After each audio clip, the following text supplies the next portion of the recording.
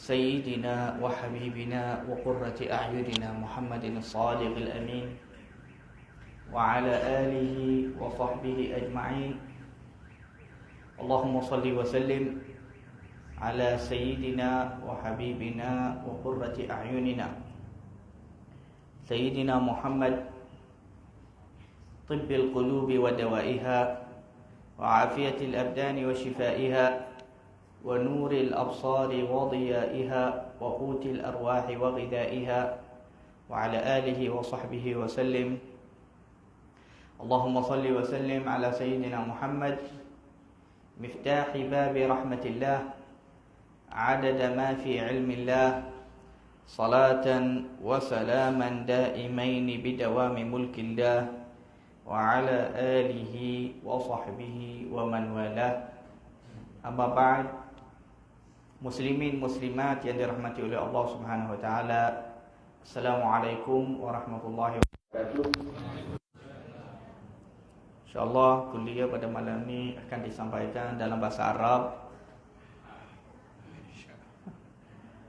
Boleh tak? Sikit-sikit. Boleh ke dalam bahasa Arab? Boleh. Masya Allah, semua cakap boleh. Ni kuliah semua orang Arab ni.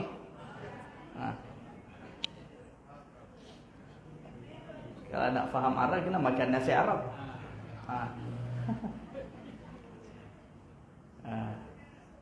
Tak apa, jangan risau, insya-Allah dalam bahasa Melayu. Insya-Allah. Saya ni berasal daripada Yaman. Nama saya Mahmud bin Abdul Rahim Al-Usabi. Berasal dari Yaman. Tapi dah 13 tahun dah menetap di Kuala Lumpur. Dan biasalah datang Negeri Sembilan ni. Selalu Senawang, Seremban, banyak tempat pergi. InsyaAllah, mudah-mudahan Allah kabulkan. Allah Subhanahu Wa Taala meletak keberkatan dalam semua urusan dan usaha kita, dalam dakwah, dalam ibadah, sebagainya. Amin ya rabbal alamin. Baik. Malam ni tajuk ceramah Ma'al Hijrah. Kan? Kita kena hijrah juga. Betul? Pakcik cakap Ma'al Hijrah, kita kena hijrah juga. Sebab hijrah ni maksudnya berbendah, kan? Bendah. Hijrah ni bagi nama hijrah sebab dia pindah. Rasulullah pindah dari Mekah ke Madinah. Bukan Rasulullah sahaja, tetapi semua umat Islam di waktu itu, semua sahabat, semua orang Islam yang duduk di Mekah, semua wajib atas mereka berhijrah kepada Madinah, yakni tinggalkan Mekah. Walaupun dengan mengorbankan harta mereka semua, wajib. Sebab itu waktu Nabi sallallahu alaihi wasallam hijrah dari Mekah kepada Madinah, hukumnya wajib. Wajib agama, macam solat, zakat, puasa Ramadan, wajib.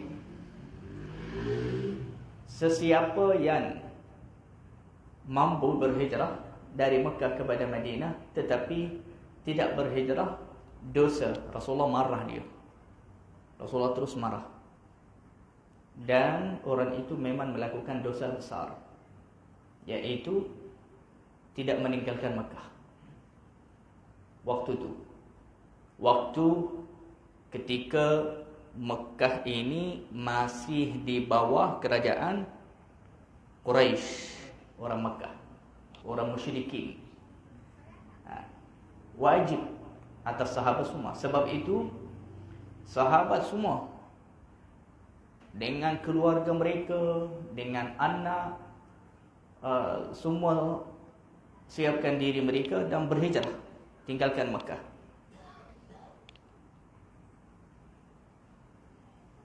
Dan yang terlebih dahulu berhijrah kepada Madinah sahabat sebelum Rasulullah. Rasulullah berhijrah kepada Madinah selepas dah 4 bulan dah sahabat dah berhijrah.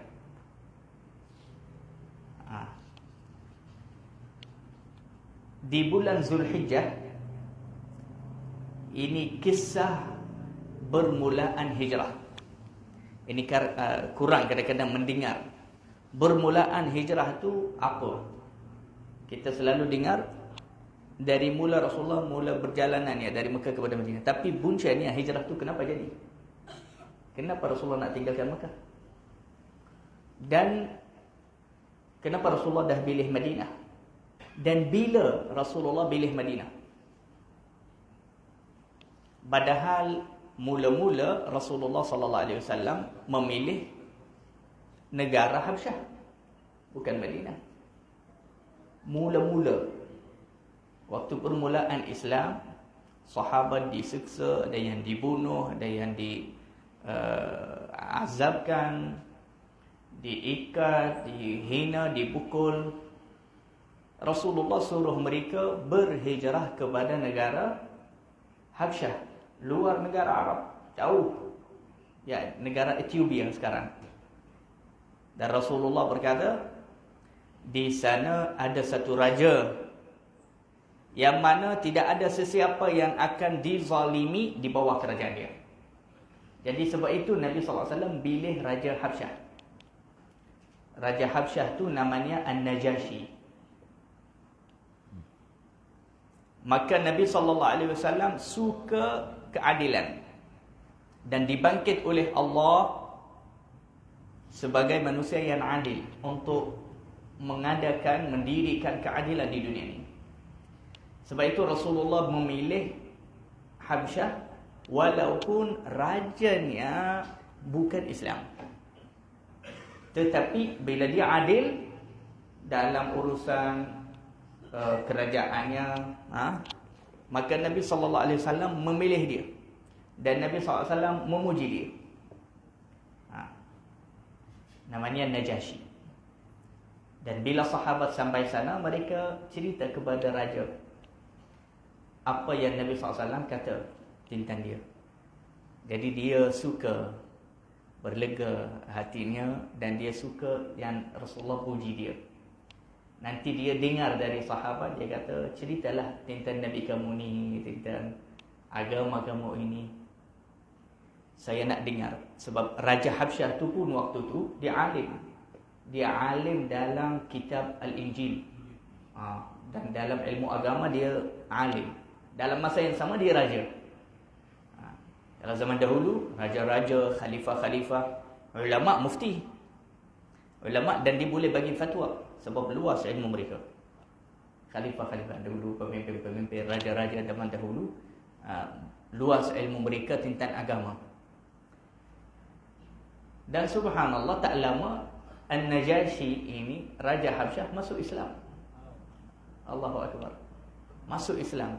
Tetapi macam majlis berlaman An-Najashi dan benasihatnya ulama Kristian yang ada di waktu itu, ulama Nasrani, mereka tidak setuju dengan dia dan tidak suka dia menzahirkan perubahan agamanya.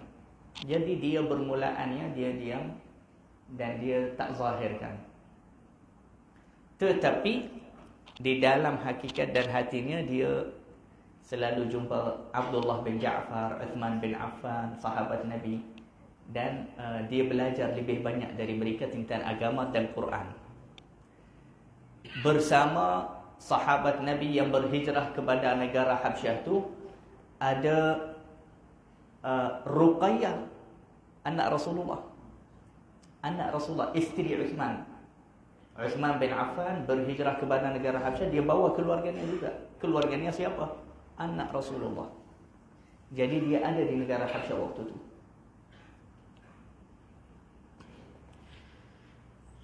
Ruqayyah ni anak Rasulullah, dia seorang wanita yang sangat cantik, yang solehah, yang doanya mustajab. Ruqayyah, anak Rasulullah, isteri Sayyidina Uthman. Antara kejadian yang terjadi di negara Habsyah, ada beberapa remaja nakal dari negara Habsyah, orang Habsyah, mengacau Sayyidatina Ruqayyah dengan pandangan mereka. Asyik tengok dia. Dan Sayyidatina Ruqayyah ni anak Rasulullah, seorang wanita yang suci, dan tak suka seorang lelaki melihat kepadanya. Rasa terganggu. Bila mereka ulangkan gangguan mereka kepada dia, selalu tengok dia dan tengok dia, dia cakap, ya Allah binasakan mereka. Terus di waktu itu, mati di saat itu beberapa lelaki itu semua. Jadi takut lepas tu, semua remaja lain takut lagi lalu depan Ruqayyah. Dan mereka tersebarlah berita, oh ini anak Nabi yang dari negara Arab. Jadi mereka semua agungkan dan rasa aurat dan takut dengan dia. Sayyidatina Ruqayyah, isteri Sayyidina Uthman. Dia dengan Sayyidina Uthman ni, subhanallah, yakni masuk dan sama. Sayyidatina Ruqayyah dengan Sayyidina Uthman. Sayyidina Uthman mereka kata kecantikannya, handsome-nya tu begitu luar biasa lah Sayyidina Uthman. Sampai sahabat kata mencontohikannya macam Sayyidina Yusuf. Sayyidina Uthman cantik, indah sangat, handsome sangat Sayyidina Uthman. Dan dia sangat dia sesuai sangat dengan Sayyidatina Ruqayyah, iaitu kecantikannya yang begitu luar biasa. Dua-dua masya-Allah, macam matahari dan bulan, Sayyidina Uthman dan Sayyidatina Ruqayyah. Ada satu kisah yang belik pernah berlaku di Madinah. Satu kali Rasulullah hantar seorang lelaki kepada Sayyidina Uthman untuk satu urusan. Lepas tu lelaki itu lambat lama. Kemudian dia bulan kepada Rasulullah. Rasulullah cakap, kenapa lambat? Sepatutnya yang saya hantar kamu, yakni tak perlulah masanya, yang ni kamu lambat. Dia kata, tak ada Rasulullah, ada, saya lambat sebab urusannya macam panjang sikit. Nabi SAW cakap, tak, saya tahu kenapa kamu lambat. Rasulullah dengan wahyu lah terus tahu. Dia kata, apa dia tu dah menggigil, takut pula, nak malu. Kenapa ya Rasulullah? Dia kata, kamu pergi, nanti kamu dari jauh dah sampai rumah Uthman, kamu nampak Uthman dengan Ruqayyah berdiri sedang bercakap, maka kamu berdiri lama bertafakkur tentang kecantikan mereka. Yakni dia melihat kepada mereka sampai dia lupa dirinya. Dia asyik fikir, subhanallah, macam mana maksudnya Ruqayyah dengan Sayyidina Uthman. Dia bertafakkur sampai dia lupa sebenarnya dia ada tugas. Jadi dia lama dia tengok Uthman dan Ruqayyah. Ulama kata ini berlaku sebelum turunnya ayat hijab. Waktu tu wanita-wanita semua masih buka muka dia, yani belum lagi turunnya ayat hijab. Maka mula-mulanya Rasulullah suruh sahabat semua berhijrah kepada negara Habsyah. Tetapi kenapa Rasulullah tukar akhirnya berhijrah kepada Madinah, dan Rasulullah sendiri juga berhijrah kepada Madinah? Sebabnya dalam 3 tahun yang terakhir di Mekah, orang Madinah dah mula masuk Islam, dan agama Islam tersebar di rumah dan kampung di Madinah, sehingga tidak ada satu rumah di Madinah melainkan ada orang Islam. Seolah-olah kebanyakan penduduk Madinah mereka semua dah muslimin dan muslimat. Di bulan Zulhijjah Rasulullah bertemu dengan 70 orang daripada orang Madinah. Mereka bertemu dengan Nabi SAW dengan secara rahasia sangat, supaya orang Mekah tidak berhatikan. Kalau orang Mekah, Abu Jahal, ini semua berhatikan bahawa Muhammad ni jumpa penduduk Madinah, berbincang, berbai'ah sama-sama, menjadi beberapa perjanjian antara mereka kerjasama, mereka akan bunuh terus orang Madinah tu yang 70 orang. Yakni mereka akan rosakkan mesyuarat besar itu. Kerana itu Rasulullah rancang sama macam Rasulullah rancang waktu hijrah. Rancang terbaik. Keluar bila, menyuruh di mana, guna jalan apa, semua Rasulullah rancang. Dan semua, subhanallah, rancangan Nabi SAW tak pernah kalah.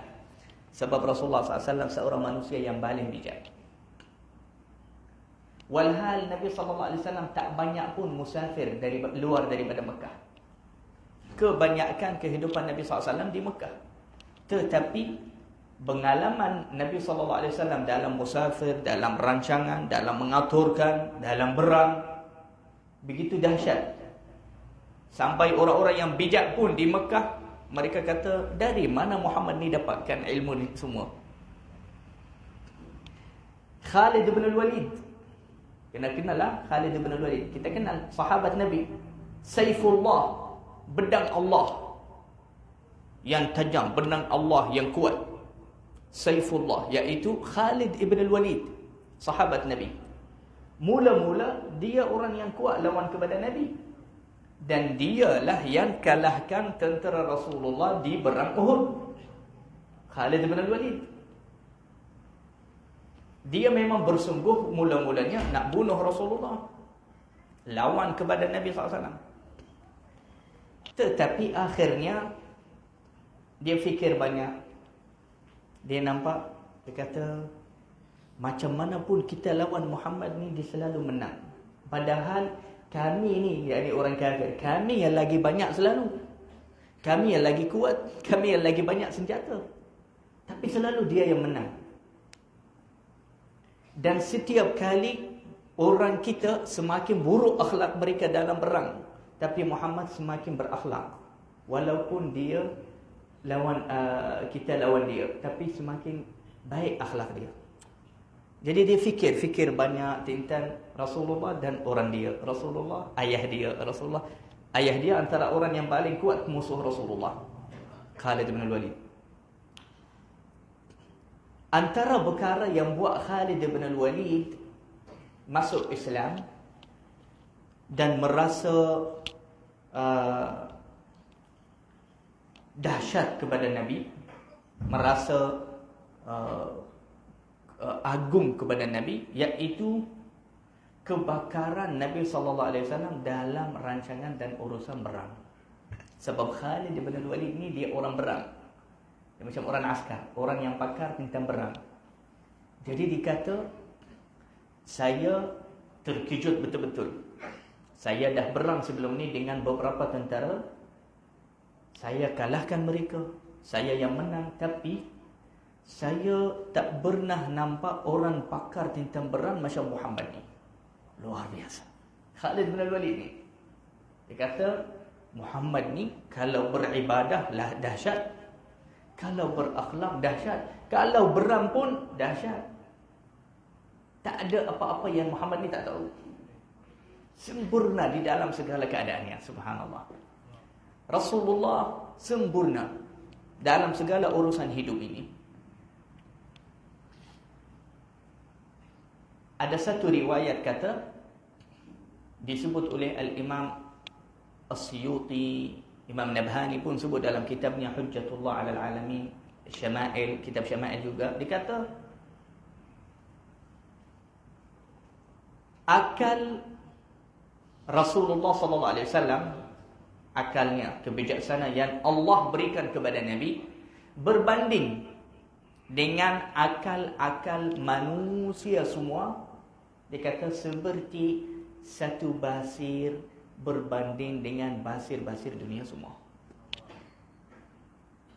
Kalau kita tengok berapa basir, padang basir, kalau kita ambil satu sahaja basir, dia kata basir yang lebih banyak itu akal Rasulullah. Yang satu basir itu akal manusia semua.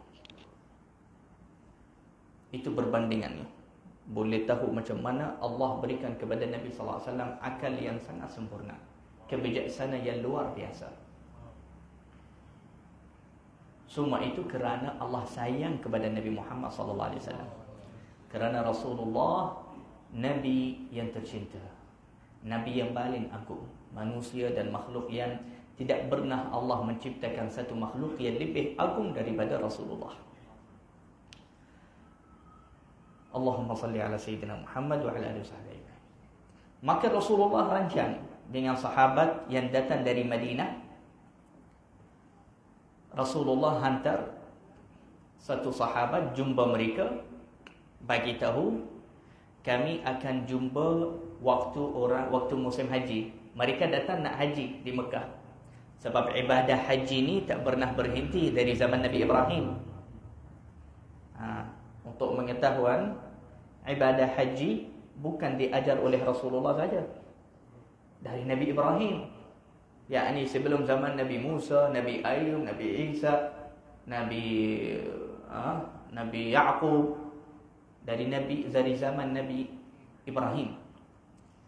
Jadi Nabi Ismail yang menjalankan ibadah haji. Selepas Nabi Ismail, zuriatnya hidup di Mekah. Mereka melaksanakan ibadah haji setiap tahun.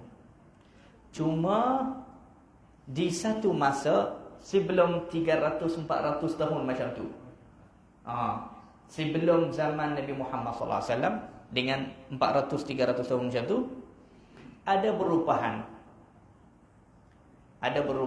di Mekah. Sebelum itu Mekah tak ada berhala.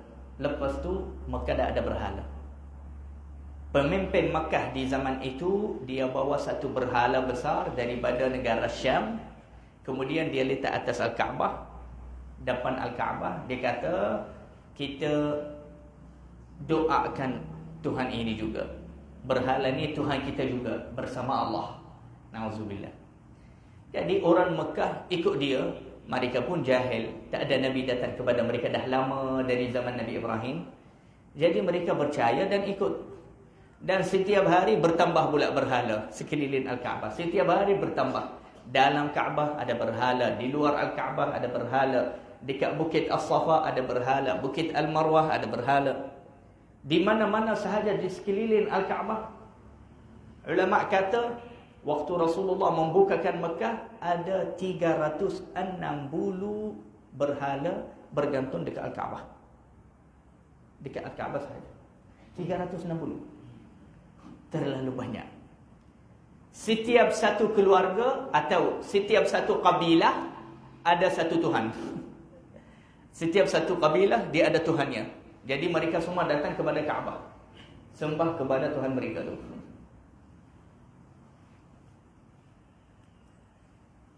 Jadi Rasulullah kata kepada mereka, kita akan bincang tentang bai'ah, akan bertemu waktu Mina. Di tengah malam, waktu orang semua tidur. Dan Rasulullah bagi tahu mereka di mana kita akan jumpa. Di waktu tu tak ada WhatsApp, tak ada handphone nak bagi tahu. Jadi mereka memang dah rancang, kena datanglah waktu tu. Bila mereka dah datang, setiap satu keluar daripada khaimahnya dengan senyap-senyap, tak nak orang kafir tahu. Semua 70 orang dengan 2 atau 3 perempuan. Tengah malam, orang semua tidur waktu malam tu. Dekat Mina.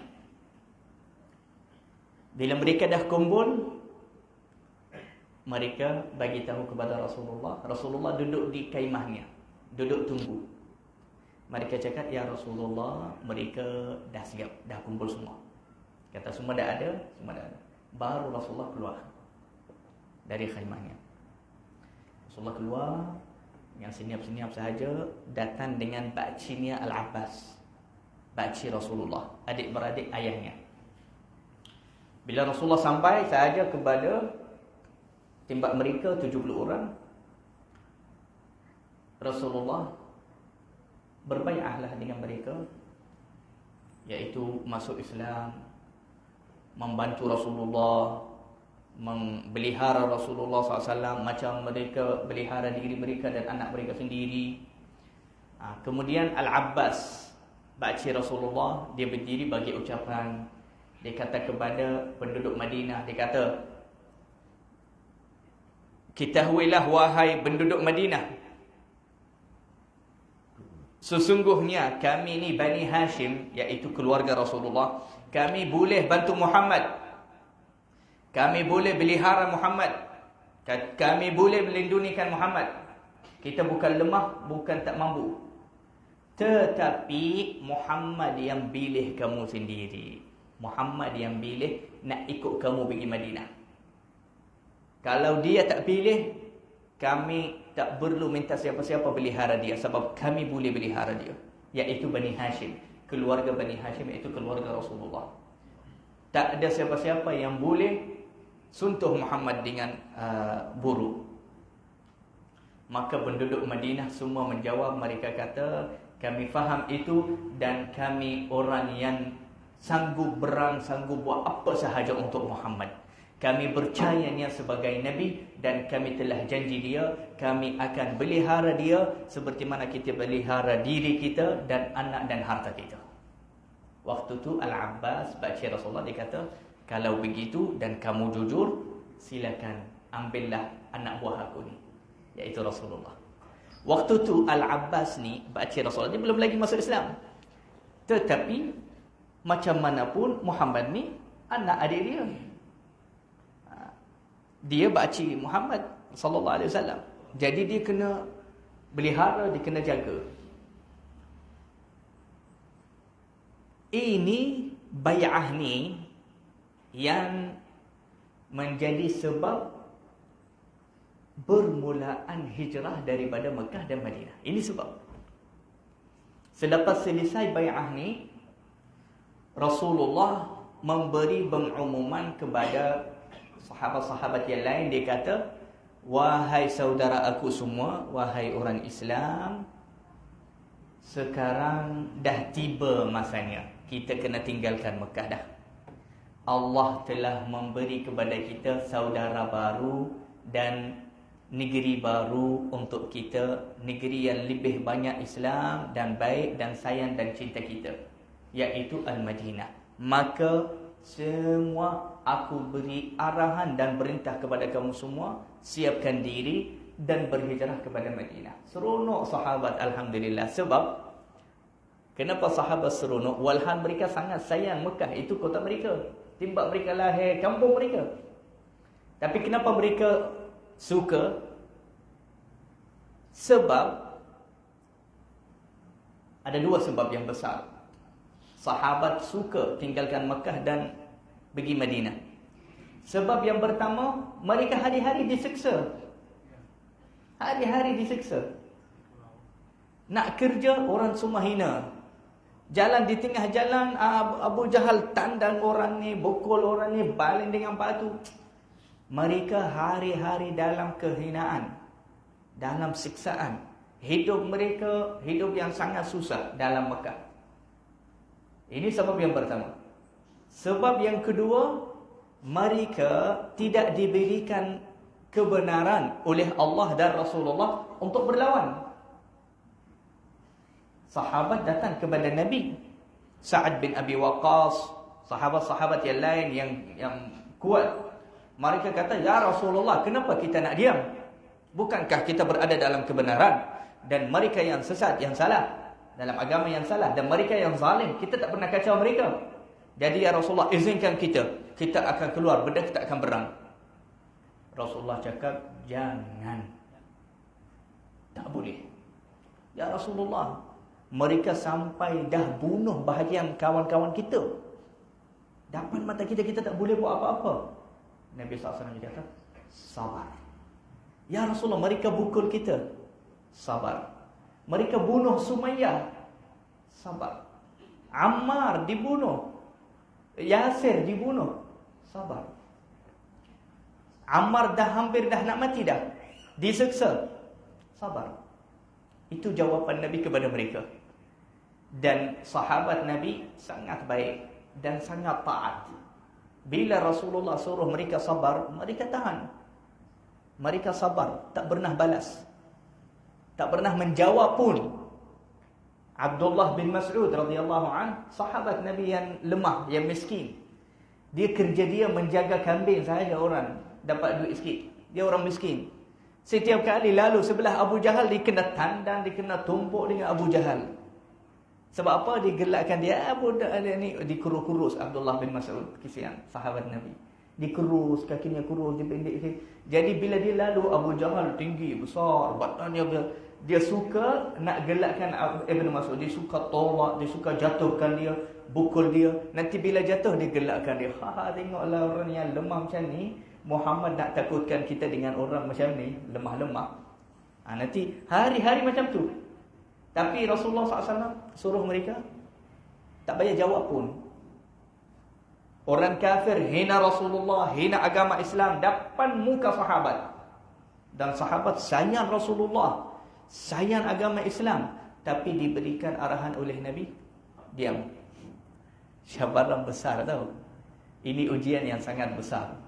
Tetapi sahabat memang taat. Sahabat Nabi tak pernah lawan arahan Nabi SAW. Nabi suruh sabar, mereka sabar. Sampai di satu hari, Rasulullah duduk di depan Al-Kaabah. Datangnya Khabbab bin Al-Arat, satu sahabat. Namanya Khabbab bin Al-Arat. Waktu dia datang pun, di jalan sampai jatuh depan Nabi SAW, sambil mengalir darah dari mukanya, dari tangan macam tu, macam dibakar oleh api. Badannya semua rosak, kepalanya, mukanya. Dia nampak terus rasa sedih. Nabi SAW pun rasa sedih nampak muka dia. Tetapi berlaku yang luar jangkaan Khabbab bin Al-Arat. Khabbab bin Al-Arat dengan menangis, rasa sakit, dia cakap, ya Rasulullah, kami dah tak boleh tahan. Hari-hari aku dapat macam ni. Khabbab ni dia dapat satu pemimpin yang hari-hari siksa dia. Seorang wanita jahat. Hari-hari dia bakarnya dengan api. Dia masuk pisau dalam api sampai merah, dia bakar dia. Siksakan dia saja. Nanti Khabbab nangis. Ya Rasulullah, kita tak boleh tahan dah. Saya hari-hari macam ni ya Rasulullah. Saya dah tak boleh tahan. Saya sakit. Hari-hari darah saya keluar. Ya Rasulullah, baca doa atas mereka. Dia cakap. Nabi SAW waktu itu marah. Marah. Walaupun dia rasa sedih untuk Khabbab, tetapi Rasulullah rasa marah bila mereka dah tak boleh sabar dah. Rasulullah marah kepada Khabbab. Dia kata, sabarlah. Cepatnya nak saya habuskan mereka dengan doa. Senangnya. Kalau Nabi baca doa, memang habuslah orang Mekah. Tapi Nabi SAW dia tak nak itu. Dia nak dakwah. Tunggu, sabar. Akan datang tiba masanya, kamu semua akan tenang, wahai sahabatku. Dah tak ada siksaan, tak ada apa-apa. Kamu berada dalam nikmat. Akan datang masa tu. Tapi permulaannya, rasalah sikit ujian. Jadi Nabi SAW dikata kepada Khabbab, sabarlah. Sesungguhnya ramai daripada umat-umat dahulu yang disiksa supaya dia tinggalkan agamanya, sehingga dipotong badannya dari kepala sampai bawah dengan pisau yang besar itu, untuk yang digunakan untuk kayu. Dipotong kepalanya, badannya sampai menjadi dua. Dia langsung tidak menjadi murtad dan tidak meninggalkan agamanya. Iman tinggi dan kuat dalam hatinya. Mereka potong dia dua, dia tak tinggalkan agama Allah. kuat tinggi iman mereka. Jadi Nabi SAW dia kata, aku nak kamu semua jadi begitu. Jadi orang yang beriman, yang kuat, yang tak habis sabarnya. Waktu tu Khabbab, dia dicas oleh nasihat Nabi SAW. Dia bulan dah tak kisah, nak bakar saya, nak bunuh saya, nak buat apa, buat je lah, wahai Tuhan aku. Sayyidina Khabbab, Rasulullah cas mereka dengan ayat yang ringkas-ringkas sahaja. Tapi nasihat tu keluar dari mulut siapa? Dari siapa tu? Dari Rasulullah.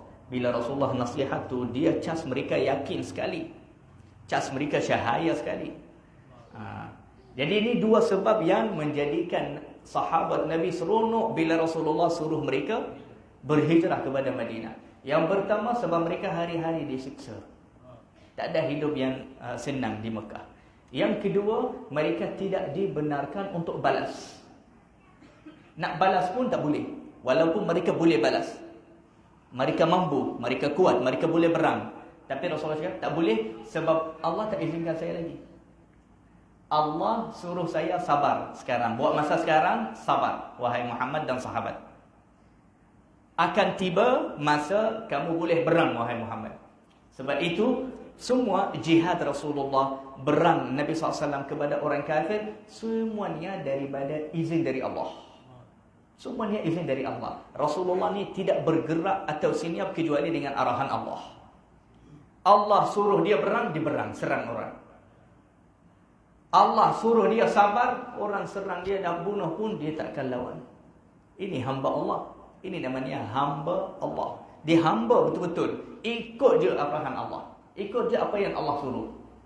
Kalau Allah suruh dia diam, dia diam. Allah suruh dia bercakap, dia bercakap. Allah suruhnya berang, dia akan berang. Allah suruhnya sabar, dia akan sabar, tak akan balas. Ini hamba Allah. Ini hamba Allah betul-betul. Jadi Nabi SAW kata, lam u'mar bil qital.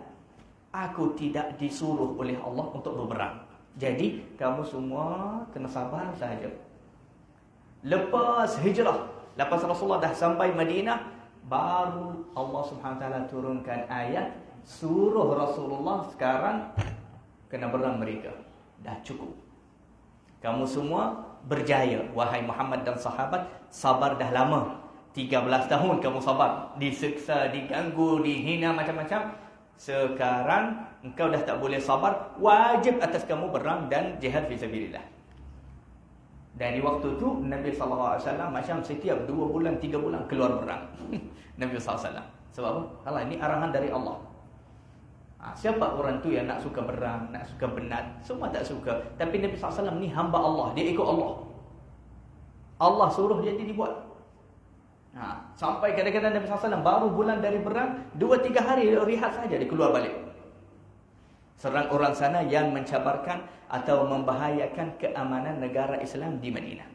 Dan semua ulama kata, semua berang-berang Nabi SAW semuanya untuk mentahankan agama Islam. Tak pernah menzalimi walaupun dalam satu kali berang. Siapa-siapa.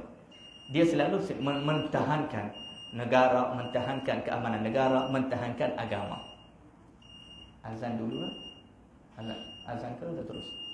Terus kan? Hatta ulama kata selama macam 10 tahun Nabi SAW yang berang, 27 kali Rasulullah ghazwah dan 25 kali atau 40 lebih kali sariyah. Ada beza antara ghazwah dan sariyah. Ghazwah ni yang besar, berang besar yang Rasulullah ada. Sariyah yang Rasulullah hantar mereka. Dia hantar 100 orang pergi serang orang sana yang nak bahayakan Madinah atau curilah apa-apa. Ini namanya sariyah yang Rasulullah tak ikut. Dia dihantar orang sahaja ganti dia. Sariyah 40 lebih. Ghazwah berang yang besar 20 lebih, 27 atau 25. Ulama kata apa? Semuanya berang-berang yang Rasulullah dengan orang kafir. Semuanya jumlah orang yang dibunuh daripada dua-dua golongan, bukan daripada orang Islam, daripada orang Islam juga daripada orang kafir. Jumlah mereka semua yang dibunuh dalam 10 tahun itu berang, 27 kali berang macam tu, 2000 lebih. 2000 lebih orang saja. Kalau zaman sekarang, satu kali bom ribu-ribu, puluh ribu. Ini dalam bertahun-tahun. Mereka berang, serang, dan setiap tahun beberapa kali. Nanti jumlah dari dua-dua golongan, bukan dari golongan Islam saja. Dari golongan orang Islam, juga dari golongan orang kafir. Jumlah mereka semua 2,000 lebih, tak sampai 3,000. Itu yang menunjukkan berang Nabi SAW dia bukan berang untuk nak bunuh. Itu bukan tujuannya pun.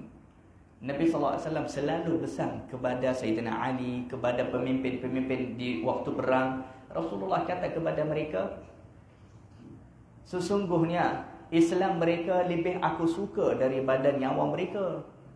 Yakni aku bukan datang keluar berani nak bunuh mereka. Aku nak Islam mereka. Jadi ulama kata setiap kali Rasulullah keluar berang, sebelum mereka memulakan berang dengan secara rasmi, Rasulullah terlebih dahulu dia kata, tunggu, dengar terlebih dahulu ucapan saya. Nabi SAW akan suruh siapa-siapa yang suaranya tinggi, yang besar, Sayyidina Umar, Sayyidina Abu Bakar, dia kata, ajak mereka masuk Islam. Setiap kali berang, cuba bayang. Itu menunjukkan Nabi SAW bukan tujuannya pun berang. Walaupun dalam berang itu mereka yang zalim, tetap juga Rasulullah melaksanakan tugasnya, dakwah.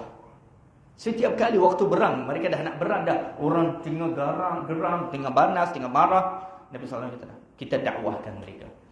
Ajak kamu masuk Islam, ucaplah la ilaha illallah, Jana Muhammad Rasulullah. Bila mereka tolak, hina, tak nak macam tu, baru mula berang. Kalau tak, kalau macam mereka beberapa kali ajak mereka masuk Islam, banyak yang masuk Islam, tak jadi berang. Memang confirm. Tak jadi, terus tak jadi. Terus jadi saudara, memula, habis. Walhamdulillah, tadi mereka datang nak berang. Tapi bila yang sana terima ajaran Islam, terus jadi Islam, dah tak jadi berang. Satu kali Rasulullah suruh Sayyidina Ali berdiri di depan, dia jadi ketua yang memegang bendera waktu berang. Itu budaya perang zaman dahulu. Setiap satu tentera dia kena ada bendera mereka sendiri. Jadi Sayyidina Ali tanya Rasulullah, ya Rasulullah, nak saya ucap apa-apa kepada mereka? Kita berang dengan mereka untuk apa? Apa tujuan? Nabi SAW dia kata, ya Ali, sebelum kamu berang kepada mereka, dakwahkan mereka kepada Islam. Sesungguhnya wahai Ali, satu orang kamu dapat hidayahkan dia masuk ke Islam, itu lebih baik daripada kamu mendapatkan ratusan unta merah. Unta berwarna merah, ini unta yang mahal di negara Arab zaman dahulu. Kira macam sekarang kereta BMW lah. Macam kereta-kereta mahal, BMW lah, kereta yang mahal-mahal. Orang yang pakai unta berwarna merah, ini kiranya kaya. Dia unta tu mahal, kuat, bijak, dan banyak yakni kelebihannya. Jadi Nabi SAW dia kata, kalau dunia ni penuh dengan unta warna merah, kamu dapatkannya, kamu memasukkan satu orang kepada Islam lebih baik daripada kamu mendapatkan unta semua tu. Jadi Rasulullah melukis dan menanamkan di dalam hati sahabat Nabi, tujuan kita baik, bukan tujuan kita nak serang orang, bukan tujuan kita nak bunuh orang. Ini tujuan Rasulullah SAW berhijrah. Rasulullah SAW tinggalkan Mekah. Rasulullah SAW tidak duduk di Mekah menerima atau mendapatkan ujian-ujian daripada orang kafir. Jadi Rasulullah SAW suruh sahabat berhijrah kepada Al-Madinah. Dan sahabat mula berhijrah, ada yang hijrah satu orang, ada yang 2 orang sahabat, kawan-kawan. Jomlah kita sama-sama mereka pergi sama-sama lah. Yakni kenangan yang indah sangat. Mereka sampai mereka meninggal, mereka tak lupa. Dia kata, aku hijrah dengan kawan saya tu, sepanjang jalan jadi macam ni. Dia jadi kenangan yang indah bagi mereka. Dan mereka rasa happy, seronok, gembira. Sebab apa? Mereka rasa kami ni korbankan negara kita, iaitu Mekah. Yang kita hidup lahir di Mekah sampai besar, kita boleh tinggalkan harta kita semua untuk mentahankan agama lillahi ta'ala. Jadi dia jadi manis. Perjalanan mereka sangat manis. Walaupun berjalan di padang pasir jauh 2 minggu, panas. Kita tahulah panas macam mana Mekah dan Madinah. Dalam perjalanan lagi, naik gunung tu, turun gunung ni, masuk di kawasan banjir sebagainya. Tapi mereka rasa sedap, sebab kita ni berjalan lillahi ta'ala. Kita tinggalkan ni lillahi ta'ala. Kita berjuang lillahi ta'ala, bukan untuk apa-apa. Sebelum ni, orang Arab ni, sahabat, mereka tak biasa dengan perkara macam ni. Iaitu apa? Berjuang untuk Allah, berjuang untuk agama. Tak ada dalam budaya mereka, sebab mereka berhidup dalam keadaan jahiliyah. Mereka berjuang untuk jahiliyah mereka. Berjuang untuk nama, berjuang untuk kabilahnya, berjuang untuk batu-batung berhala dia. Sekarang mereka berjuang untuk Allah. Jadi mereka berhijrah di padang pasir, nampak kanan kiri gunung, atas langit mereka Allah. Mereka bertafakur dan zikir Allah sampai Madinah. Ada yang berhijrah dengan isterinya dan anak. Ada yang berhijrah ramai-ramai, bulu orang pergi sama-sama. Jadi perjalanan Mekah dan Madinah asyik ada orang lalu dalam beberapa bulan. Dan Nabi SAW, Masya Allah, macam bapa, macam seorang ayah kepada sahabat, kepada umat Islam waktu itu. Nabi SAW bukan keluar terlebih dahulu dari Mekah dan biarkan mereka. Tak. Macam seorang bapa, suruh anak jalan dulu. Dia tengok mereka, dia cek mereka okey tak, macam mana keadaan mereka. Lepas sahabat semua dah keluar dari Mekah, dah tak ada sahabat lagi di Mekah, baru Rasulullah SAW hijrah. Lepas 4 bulan Rasulullah tunggu mereka habis. Walhal orang kafir sebenarnya nak Rasulullah, tapi Rasulullah tetap juga duduk di Mekah, tak takut siapa-siapa. Yakin, kuat, dan dia bintingkan sahabatnya, bintingkan umatnya, bintingkan rakyatnya lebih daripada dirinya. Padahal kalau ikut secara logik, rancangan biasa, dia yang kena keluar terlebih dahulu sebelum orang. Sebab orang kafir nak dia, nak bunuh Nabi SAW. Dia yang lebih binting kena bunuh, sebab dia Nabi. Kalau Nabi dibunuh, habislah yang lain semua akan terpecah. Tapi Nabi SAW tak keluar. Dia tunggu sahabat keluar. Yang tertinggal di Madinah hanya Abu Bakar, Sayyidina Ali, dengan beberapa sahabat yang diikat dalam rumah-rumah keluarga mereka. Mereka ikatkan. Yang mereka memang tak ada peluang, tak ada peluang untuk mereka berhijrah, sebab mereka diikat oleh ahli keluarga mereka sendiri di rumah. Yang ini Rasulullah doakan mereka sahaja. Dia kata, ya Allah, bebaskanlah si fulan, bebaskanlah. Dia sebut nama mereka, Nabi SAW. Dia doakan mereka. Hatta orang yang dipenjarakan, Nabi SAW tak lupa mereka. Dia sebutkan mereka dalam doanya. Sehingga Rasulullah lepas sampai Madinah, Rasulullah baca qunut, doa untuk mereka yang di Mekah. Tak lupa mereka. Itu kebaikan Nabi SAW. Dia tak pernah lupa sahabatnya, tak pernah lupa umatnya. Dah sampai Madinah, dah selamat, bukan dah seronok, dah happy dengan alhamdulillah aku selamat. Tak. Di Madinah, hati Rasulullah sibuk dan sedih dan risau untuk yang masih diikat di Madinah, dalam penjara di Mekah. Dia risau untuk mereka, sampai Rasulullah sebutkan nama mereka dalam doanya, dalam solat. Ya Allah, bebaskanlah fulan bin fulan. Ya Allah, bebaskanlah fulan bin fulan. Ya Allah, selamatkanlah fulan bin fulan. Biarlah mereka keluar, datang kepada sini. Dan Allah mustajabkan doa Rasulullah. Semua yang Rasulullah sebut nama mereka dapat dibebaskan, atau ada yang lari, ada yang dibebaskan, sampai mereka datang kepada Madinah. Ada bahagian mereka tak dapat dibebaskan, diikat, subhanallah, sampai Rasulullah membukakan Mekah. Sampai Mekah merdeka menjadi negara Islam, Rasulullah merasmikannya sebagai Islam, baru Rasulullah yang bebaskan mereka. Cuba bayang, yakni hampir 8 tahun macam tu.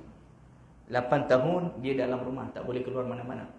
Keluarganya tak nak dia ikut Rasulullah pergi Madinah. Allahumma salli ala Sayyidina Muhammad wa ala alihi wa sahbihi ajma'in.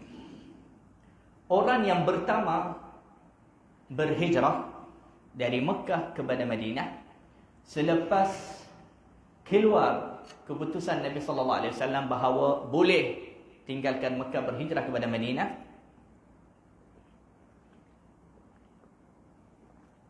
yaitu Abu Salamah, satu sahabat yang bernama Abu Salamah. Isterinya Ummu Salamah. Isterinya ni Ummu Salamah nanti lepas beberapa tahun akan menjadi isteri Rasulullah sallallahu alaihi wasallam. Ummu Salamah salah satu isteri Rasulullah, ummahatul mukminin, ummul mukminin. Tapi mula-mula waktu berhijrah kepada Madinah, dia berhijrah dengan suami dia sebelum dikahwin dengan Nabi, masih suaminya hidup. Mereka ada satu anak namanya Salamah. Itu sebab namanya Abu Salamah, Ummu Salamah. Salamah tu anak mereka. Abu Salamah nak pergi, baru nak bergerak, isterinya naik sama dia, nak ikut sekali. Dia bawa anak dia, Salamah. Tiba-tiba datangnya, kisah ni memang belik sangat. Tapi saya nak cerita sebab saya nak kita boleh bayangkan sikit macam mana pengorbanan sahabat, keluarga mereka, dan untuk berhijrah ni. Hijrah ni bukan senang-senang. Kisah hijrah ni penuh dengan ada kesedihan, ada ujian, ada macam-macam, ada masalah yang sahabat tak boleh lupa sampai bila-bila. Orang kampung isteri dia, Abu Salamah ni dari satu kampung, isterinya dari kampung lain. Orang kampung isteri dia, mereka datang, mereka kata, "Wahai Abu Salamah, kami kalah untuk mentahankan kamu supaya kamu tak pergi kepada Madinah. Tetapi kami takkan benarkan isteri kamu ikut. Sebab dia dari kabilah kita, dari kampung kita, kita ada hak untuk mentahankan dia, menghalangkan dia. Kamu bukan dari kampung kita, jadi lantaklah kau nak pergi-pergilah. Kalau orang kampung bagi kamu pergi-pergi. Tapi isteri kamu dari kampung kita. Kampung lah dulu. Orang jahiliah lah dulu. Jadi kami takkan benarkan isteri kamu ikut kamu." Mereka tarik dia dan tak bagi dia ikut suami dia. Abu Salamah waktu tu, mereka masih diajar oleh Rasulullah, jangan lawan, jangan balas. Perang belum lagi diizinkan. Sabar. Dan waktu tu Abu Salamah dia juga lemah. Kalau dia nak lawan, dia pun takkan dapat hijrah. Jadi selepas mereka ambil isteri dia, mereka tak bagi dia ikut. Datangnya pula orang kampung Abu Salamah, suami tu, orang kampung dia. Mereka cakap, "Oh, engkau wahai orang kampung isteri orang kita, tak bagi isteri dia sebab dia dari kampung kamu, kami akan ambil anak ni dengan kita. Kami takkan biarkan kamu wahai orang kampung isteri ni ambil anak, sebab anak ni anak orang kita, orang kampung kita." Jadi mereka tarik anak daripada tangan Ummu Salamah, depan mata Abu Salamah dan Ummu Salamah. Ummu Salamah tarik, mereka ambil anak dari dia. Orang kampung Ummu Salamah tarik dia dari satu tangan. Orang kampung Abu Salamah tarik dia dari satu tangan sampai tangannya patah, depan mata ibu bapanya. Ini pengorbanan sahabat waktu hijrah. Ini yang banyak kita kadang-kadang tak dengar. Dalam hijrah tu apa yang jadi? Sahabat tu macam mana dapat tinggalkan Makkah? Begitu senang ke? Tak. Bukan begitu senang. Ummu Salamah nampak depan mata dia, tangan anak dia dicabut, dua tangan dia. Abu Salamah nampak itu juga. Dan dua-dua tak boleh buat apa-apa. Lelaki banyak dari sini, lelaki banyak dari sini, semua mereka ada senjata, semua mereka dah jadi gila, jahiliah, bodoh, tak ada akal, bukan Islam. mereka nak buat apa? Memang tak boleh buat apa-apa. Mereka diam saja. Abu Salamah teruskan perjalanannya kepada Madinah. Sambil menangis sampai Madinah. Doakan saja. Sedih. Dia asyik doakan untuk isteri dia. Ummu Salamah setiap hari keluar dari kawasan kampung dia. Dia duduk di atas satu bukit yang tinggi. Setiap hari duduk di sana menangis, memandang kepada Al-Kaabah sampai asar. Duduk sana menangis tak ada. Tak makan, tak minum. Kalau makan sikit saja untuk hidup. Selama 1 tahun. 1 tahun keadaan Ummu Salamah begitu. Menangis sahaja setiap hari. Sebab suami dia dah pergi Madinah. Anak dia dekat ahli keluarga suami dia. Mereka tak nak bagi dia anak dia. Di satu hari, lalu satu lelaki daripada orang kampung itu, orang kampung Ummu Salamah, nanti dia ternampak Ummu Salamah di sana. Dia kata, apa orang tu yang duduk atas bukit sana? Bila dia dekat, dia nampak Ummu Salamah. Dan dia dah tahu cerita dia. Asyik menangis, mata dia dah berluka dah. Sebab hari-hari nangis. Lelaki itu rasa sedihlah untuk Ummu Salamah waktu itu. Maka dia datang kepada orang kampung Ummu Salamah, tegur mereka. Dia kata, kamu ni tak ada hati ke? Tak sedih? Kesianlah perempuan ni. Apa yang kau dapat buat dia macam ni? Lepaskan dia lah. Biarkan dia pergi. Mana-mana dia pergi, biarkan dia lah. Dia marah mereka. Jangan tahan dia lama-lama. Cukup. Kesian 1 tahun nangis macam ni. Mati perempuan ni. Lepaskan dia. Maka orang kampung tu malu dan macam, okeylah. Nanti mereka bagi tahu dia. Mereka cakap, wahai Ummu Salamah, dah. Tak payah nangis lagi. Kau nak pergi, ikut suami kamu, ikut je lah. Kita tak nak tahan kamu lagi. Pergi je lah. Ahli keluarga Abu Salamah, bila mereka dengar, mereka dah benarkan Ummu Salamah musafir, mereka bagi dia anak. Mereka cakap, okeylah. Kalau mereka bagi, ambillah anak kamu. Pergilah dengan anak kamu. Ummu Salamah waktu tu tak sabar, seronok, gembira, lupa segala-gala ujian yang pernah dapat sebelum tu. Dia ambil unta dia, dia naik, dia terus jalan kepada Madinah. Di hari yang sama. Dah tak boleh sabar sampai esok. Tak sabar hatta tanya, ada orang yang nak pergi, dia jalan 1 orang, cuba bayang. Zaman dahulu bukan senang macam sekarang. Jauh, jalan susah, jalan yang bahaya, macam-macam, boleh mati. Tahu? Berjalanlah dari Mekah kepada boleh mati sebab dahaga. Kalau tak dapat air di tengah jalan, mati. Macam di padang pasir. Sebab berjalanan dahulu bukan macam sekarang. Jadi orang kalau bermusafir, dia kena siap makanan, dia kena siap air, dia kena tahu jalan yang dia lalu ni mesti selepas 1 hari ada berigi, atau ada sebuah kampung, atau ada di sana sungai ke apa-apa, air terjun. Dia kena tahu supaya kalau sampai sana, dia isi air lagi di dalam botol-botol yang dibawa tu. Kalau tak, dia akan habis air dia, habis makanan dia, matilah.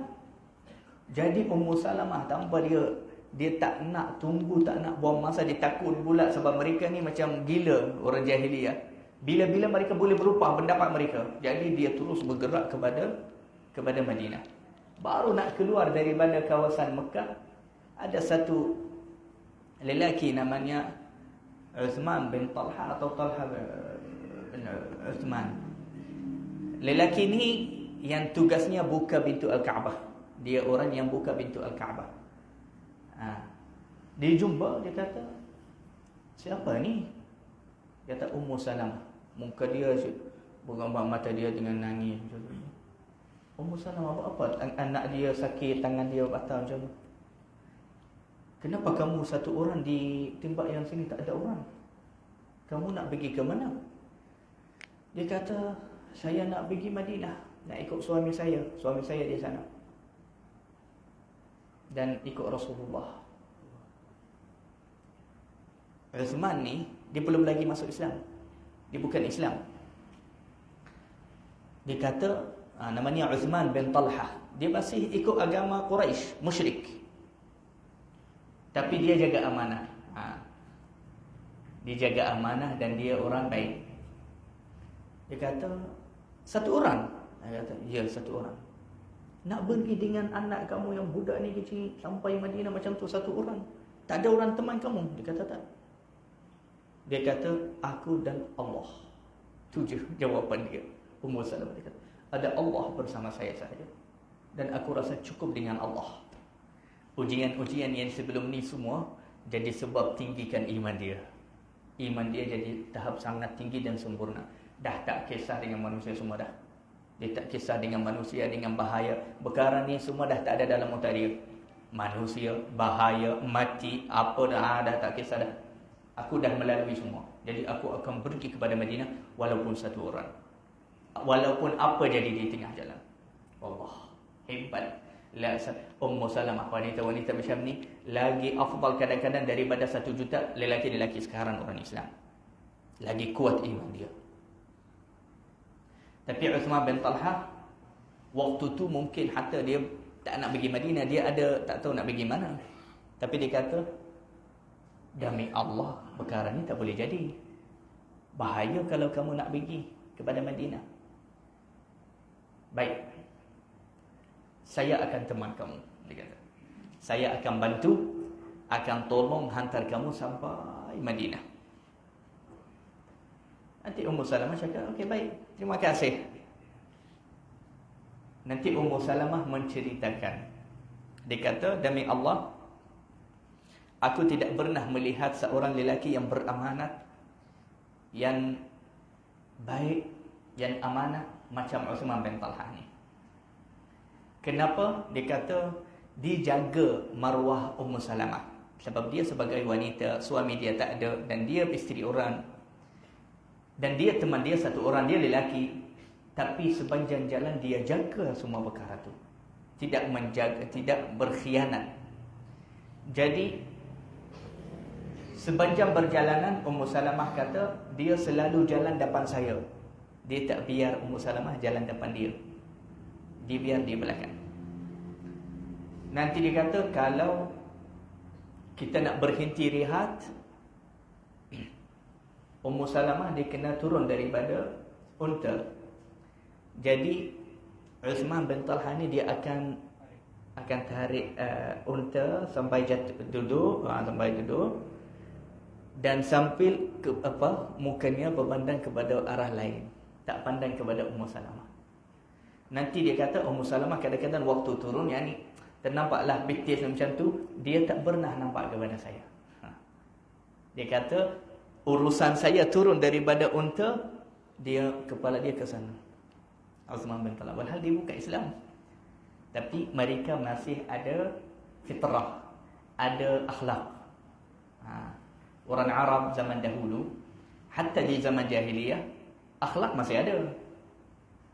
Mereka masih membantu orang yang dizalimi. Mereka memuliakan tetamu. Mereka kalau sumpah akan menunaikan sumpah. Mereka kalau janji mati tak akan mungkir janjinya. Mereka kalau tak boleh pukul perempuan. Yani banyak akhlak orang jahiliyah yang sebelum Islam. Sebab itu Nabi SAW bersabda apa? Sesungguhnya aku diutus oleh Allah untuk menyempurna, bukan untuk mengajar akhlak. Akhlak dah ada dah. Khususnya di golongan Arab jahiliyah zaman dahulu. Sebab mereka wariskan akhlak itu daripada Nabi Ismail, daripada Nabi Ibrahim. Akhlak mereka diwaris daripada Nabi. Cuma akidah dan pemikiran jahiliyah mereka itu yang buruk. Nabi SAW kata, aku diutus untuk sempurnakan. Akhlak ada, tapi aku nak sempurnakan akhlak mereka. Jadi dia kata, dia hantar Sayyidatina Ummu Salamah sehingga Madinah. Lepas sampai Madinah, dia patah balik terus kepada Mekah.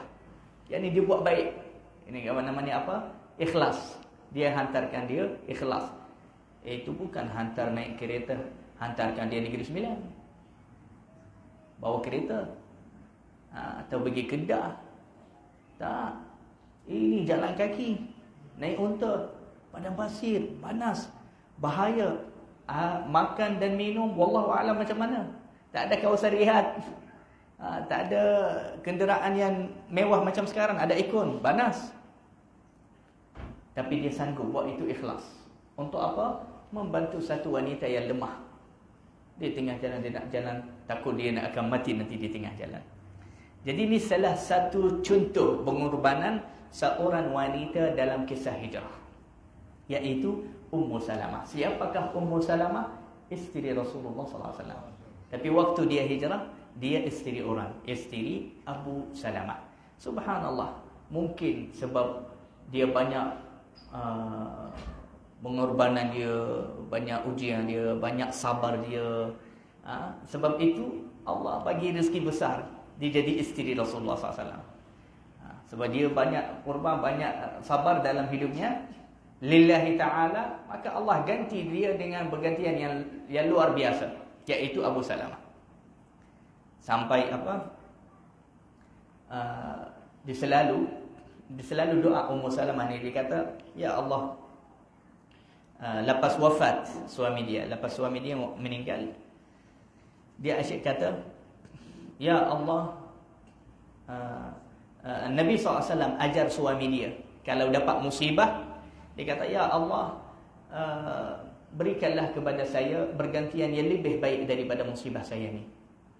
Ummu Salamah lepas meninggal suami dia, dia kata, ya Allah, berikanlah kepada saya pahala besar untuk sabar atas musibah ni, meninggal suami saya, dan gantikanlah saya dengan yang lebih baik daripada nikmat yang aku hilangkan tu, iaitu suami dia.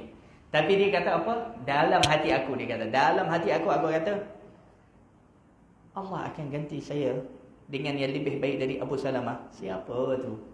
Aku tak pernah jumpa lebih baik daripada Abu Salamah. Abu Salamah baik sangat, lemah lembut, baik akhlak, Masya Allah. Dia kata, tapi dia kata, aku baca doa je. Aku baca doa, tapi dalam hati saya cakap, siapa tu? Tak ada yang lebih baik daripada Abu Salamah. Tiba-tiba Rasulullah SAW yang kata, hantar orang kepada dia, dia kata, aku nak kahwin dengan kamu. Maka dia kata, subhanallah, Allah gantikan saya yang lebih baik daripada Abu Salamah, dan bunuh bumi daripada Abu Salamah. Bumi bunuh daripada Abu Salamah, ini Rasulullah jadi suami dia. Jadi orang yang sabar ini satu ajaran lah, satu pelajaran daripada kisah hijrah Ummu Salamah ni. Kita kena sabar dalam berjuang untuk mentahankan agama, mentahankan sabar dalam menetap dalam perjalanan Allah, memegang agama, ajaran Al-Quran, ajaran syariat Islam ni. Kita tahan, kita sabar, kita jadi kuat waktu zaman fitnah, kita jadi kuat waktu zaman ujian, dan kita jangan langsung menjadi lemah bila ada ujian atau fitnah sampai kita boleh meninggalkan bahagian ajaran agama sebab kita tak boleh sabar. Barang siapa yang boleh sabar macam Ummu Salamah ni, tak boleh bayang macam mana Allah akan gantikan dia. Allah akan ganti dia dengan pergantian yang luar biasa, dengan rezeki yang luar biasa, dengan syurga yang luar biasa. Ma la 'ainun ra'at wa la udhunun sami'at wa la khatara 'ala qalbi bashar, iaitu dengan sabar di dalam agama Islam. Moga-moga insya-Allah kita semua menjadi orang yang bersabar, yang berjuang dalam agama ini, dalam kehidupan kita ni, untuk mentahankan agama Allah, mentahankan ajaran agama, mentahankan sirah dan akhlak kita, memegang teguh kepada Al-Quran dan As-Sunnah, dan menjadi kuat beriman, kuat yakin, kuat istiqamah di zaman fitnah, di zaman ujian. Amin amin ya rabbal alamin. Sallallahu ala sayyidina Muhammad wa ala alihi wa sahbihi ajma'in walhamdulillahi rabbil alamin. Qabbalallahu